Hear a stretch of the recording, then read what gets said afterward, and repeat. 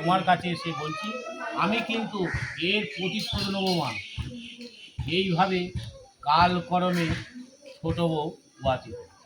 10 মাস 10 দিন হয়ে একটা পরমা সুন্দর ছেলে, তাই দেখে পাড়ার সকলে ধন্যে ধন্যে করিতে লাগিল। এদিকে রাতের বেলায় ছোট বউ শুয়ে আছে ছেলে কোলে নিয়ে ঘুমাচ্ছে। এমন সময় উঠে দেখছে ছেলে আর কাছে নেই।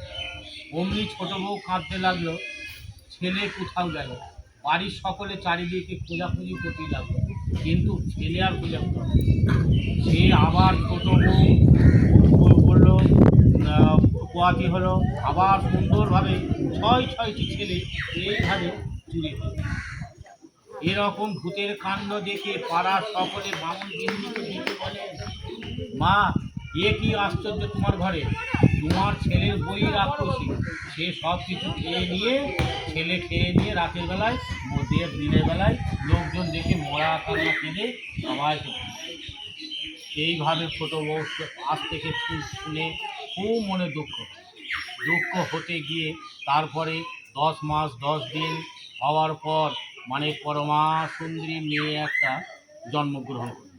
সে মেয়ের সমস্ত রাত মা ষষ্ঠীর কাছে ছোট বউ মানত করলো যে আমি আর রাত্রিরে ঘুমাবো না, আজকে আমি সারা রাত জেগে থাকবো।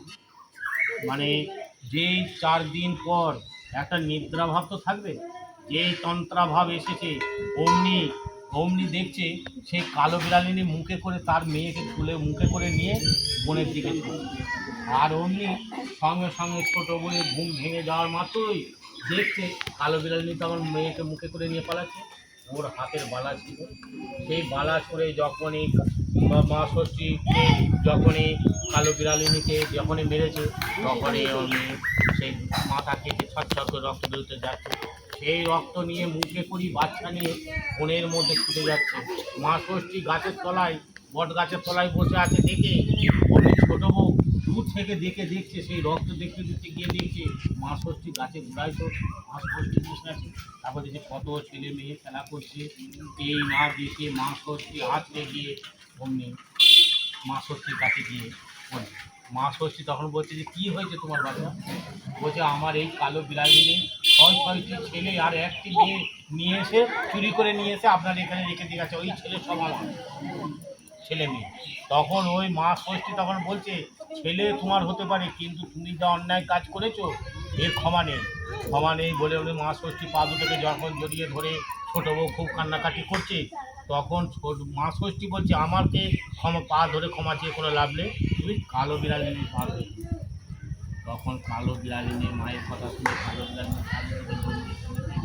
তখন মা কালো বিড়ালিনী বলছে তুমি যা অন্যায় করেছো আমাকে যা মা আমি কিন্তু মাকে বলি ফেরত দিচ্ছি। এদিকে ছোট বউ সব ছেলে মেয়েদের ঘরে নিয়ে সব উঠে এলো, ক্রমে তাদের খুব ঘটা করে বিয়ে শাদী হলো। মানে টুকটুকে জামাই বউ, ছেলের বিয়ে দিয়ে ছেলের বউ এনে ছেলে মেয়ে বড় হলো, সব হচ্ছে জামাই মেয়ে আসার পর সেই জামাই ষষ্ঠীর দিনে ছেলে মেয়েদের তেল হলুদ বা ফোঁটা দিয়ে কোলের কাছে আম কাঁঠালের বাটা সাজিয়ে দিয়ে সেই জামাই ষষ্ঠী সেই মা ষষ্ঠীর দয়ায় বামনের সংসারে ঐশ্বর্য বুতলে উঠল। আর কালক্রমে দেশে দেশে ছোট বউয়ের পূজার মহাত্মা প্রচার হলো, চারিদিকে মা ষষ্ঠীর পূজা ব্রতরত প্রচার হলো। এই হচ্ছে ব্রত মা ষষ্ঠীর পূজার সমাপন্থী। আর